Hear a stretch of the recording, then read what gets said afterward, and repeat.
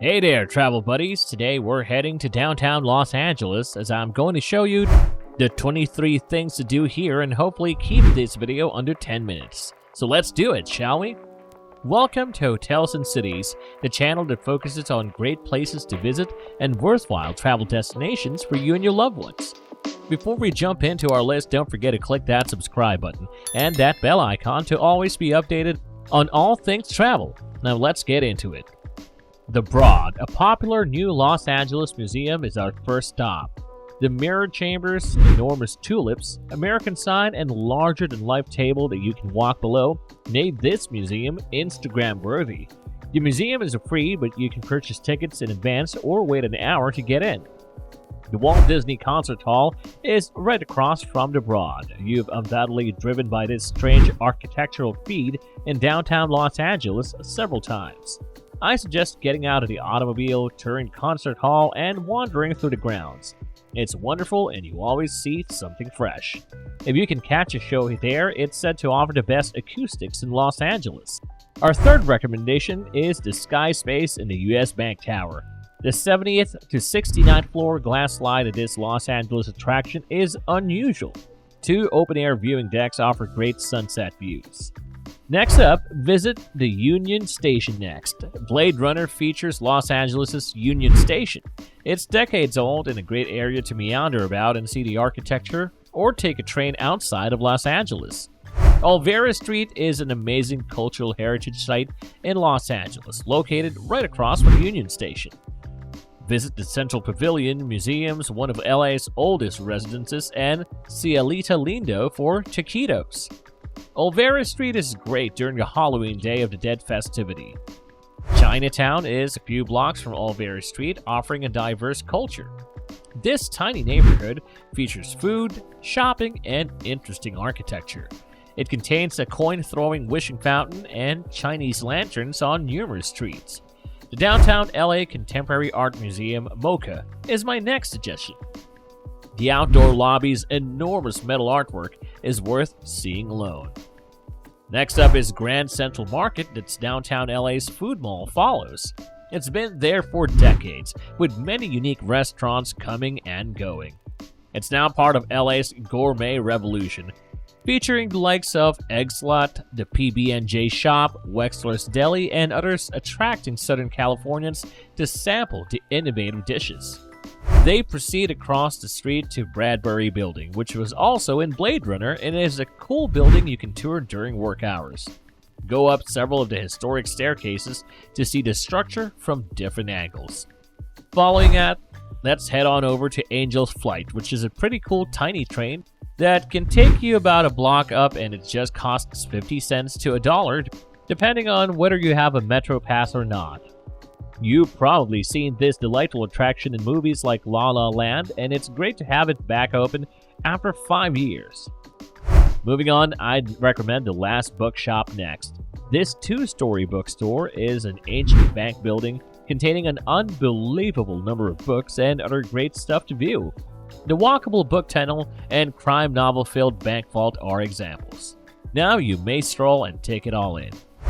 Next up, we go to Clifton's Cafeteria, a 50-year-old LA institution, located near the Last Bookstore. This bizarre cafeteria includes tigers you can sit next to, a 3-story tree, and other curiosities. It reopened a year or two ago and is a terrific spot to take your family to see all the bizarre and exciting stuff. Next up, visit the Arts District. The trendy downtown LA Arts District is where everyone wants to live and eat at. The Arts District offers breweries, ice cream, strange restaurants like Wurzkutsch with rattlesnake and rabbit sausages, murals on all the buildings, and more. Next up, visit the West Coast's tallest building, the Intercontinental Hotel in downtown Los Angeles at night. To reach the nation's tallest open-air bar, take the elevator to the 70th level and another to the 73rd. Have a drink or snack while watching the city lights from here. My next recommendation is heading over to LA Live, which is just across from the Staples Center Arena and has tons of restaurants, but most notably features the Grammy Museum. Music lovers should visit the Grammy Museum. It features prior winners, instruments, microphones, and rotating displays on punk rock and legendary guitars. Additionally, along the walkway outside of the museum, there's enormous records much like the stars on the Hollywood Walk of Fame that talks about the many musicians that won categories during each year of the Grammys. Smorgasbord is the only place in LA to see this on Sundays. Go around and try fried chicken, waffle cones, shrimping in a pineapple boat, acai bowl tea, and more. Bring money and an appetite to stroll around and try new things. There's also a shopping area down the middle that you may check out in between eating. Little Tokyo follows next. Chinatown lies north of downtown LA, and Little Japan is right at the center. This location contains a Japanese-themed mall, several eateries, including Daikokoya, one of my favorite downtown Los Angeles ramen restaurants. Be sure to arrive there fairly early, though, if you're going, as that spot typically becomes packed because it's super small and generally you have to wait for at least an hour. Following step, we have the Cathedral of Our Lady of the Angels, which is an old cathedral that you may check out while you're in the city. This church is magnificent with a contemporary design and a huge open floor layout. Definitely be respectful if you visit here. If you're in Los Angeles on a weekday from 9 to 5, head over to LA City Hall and receive a free visitor's pass to take the elevator to the top of City Hall and roam about in an open-air observation deck. This is a terrific site to explore since it gives you awesome views of downtown LA and all the surrounding areas. You can even see the Hollywood sign if there's not much smog. Grant Park is another downtown relaxation spot from City Hall.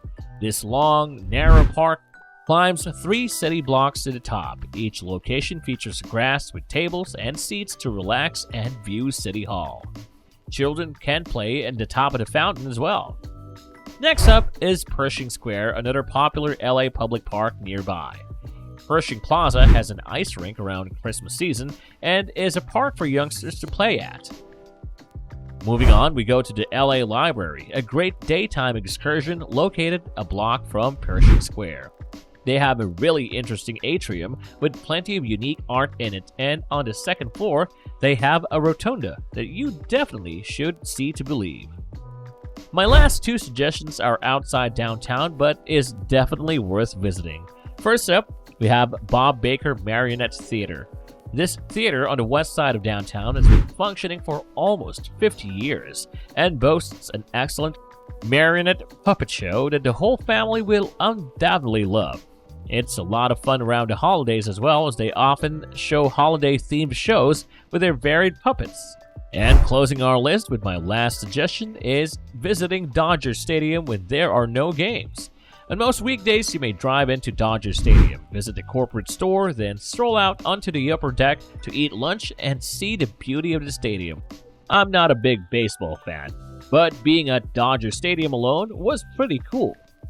And that will be it for this video on the top 23 things to do at downtown LA. Did you find this video helpful? Then hit that like button and share this with your fellow travel buddies. Comment down below which spot among this list you found interesting. And before you go, remember to scroll down to the description for access to amazing deals on hotels, flights, resorts, and essential travel gear. Don't forget to hit that subscribe button and bell icon to always be updated whenever we have a new video. Thanks for watching, and we'll see you next time.